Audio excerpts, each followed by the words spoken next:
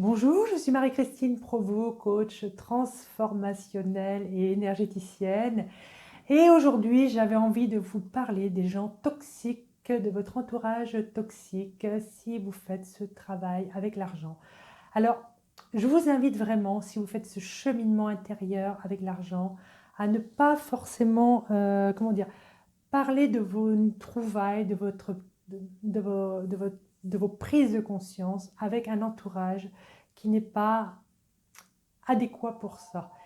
Il faut que vous compreniez bien que l'entourage que vous avez, peut-être votre famille, vit avec ses programmes par défaut, vit avec ses croyances, avec ses limites, et n'a pas forcément, malheureusement, envie que ça change, et n'a pas et est un peu dans, et peut-être dans une sorte de fatalité. La vie est comme ça, on est là pour souffrir, etc.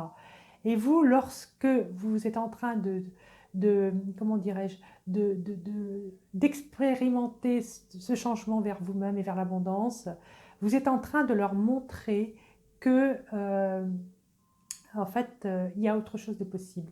Et malheureusement, et croyez-moi, j'en ai fait les frais beaucoup parce que je pensais toute guillerette que mes trouvailles allaient aider les gens à avancer. Je me suis rendu compte que chacun avance au rythme où il veut et que certains ont encore besoin de rester dans des choses difficiles pour eux parce qu'ils n'ont pas fait le tour. Et donc, je me suis fait beaucoup maltraiter parce que j'ai voulu partager avec des gens qui n'étaient pas en capacité de m'entendre là où j'étais et qui, au contraire, ont essayé de me descendre et ont essayé de m'invalider et me critiquer et me juger, d'autant qu'à l'époque, je débutais, donc j'étais assez maladroite, certainement, dans mes propos.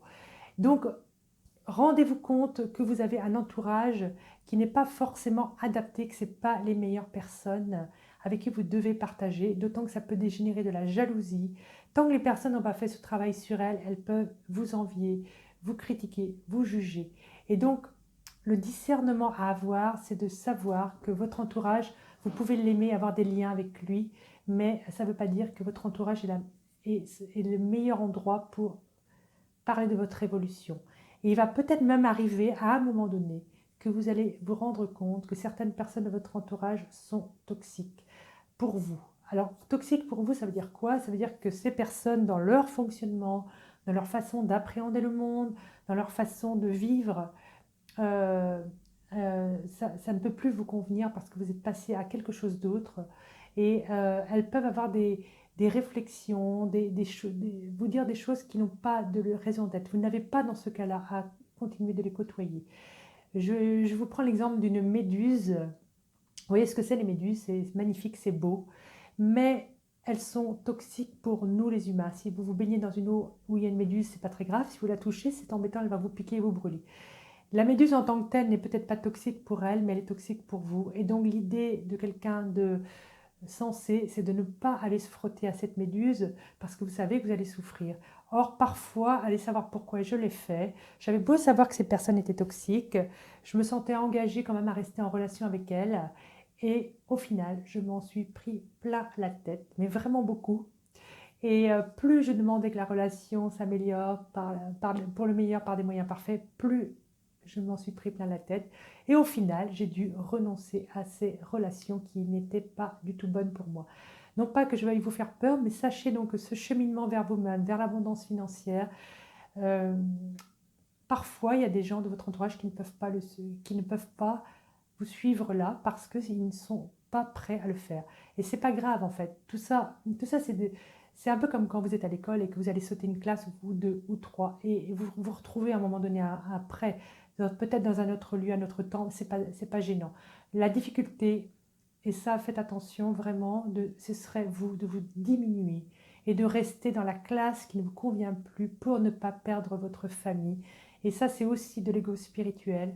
Vous ne pouvez pas vous diminuer et vous freiner pour garder des membres de votre famille, des membres de votre entourage, parce en faisant ça, vous vous diminuez vous-même, vous vous privez de l'abondance, vous vous privez de vous, en fait, de votre grandeur et de votre magnificence.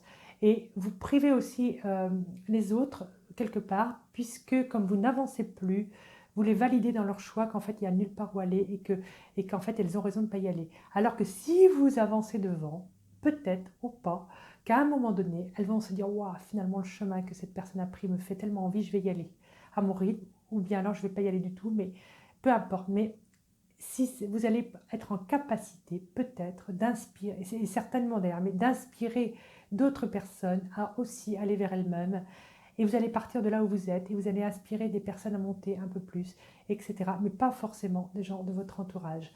Voilà, écoutez, j'espère vraiment que cette vidéo vous a éclairé.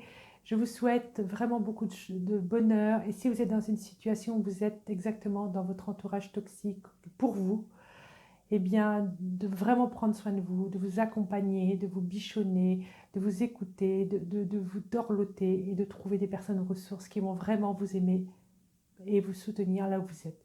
Je vous souhaite une délicieuse journée et je vous dis à bientôt. Au revoir.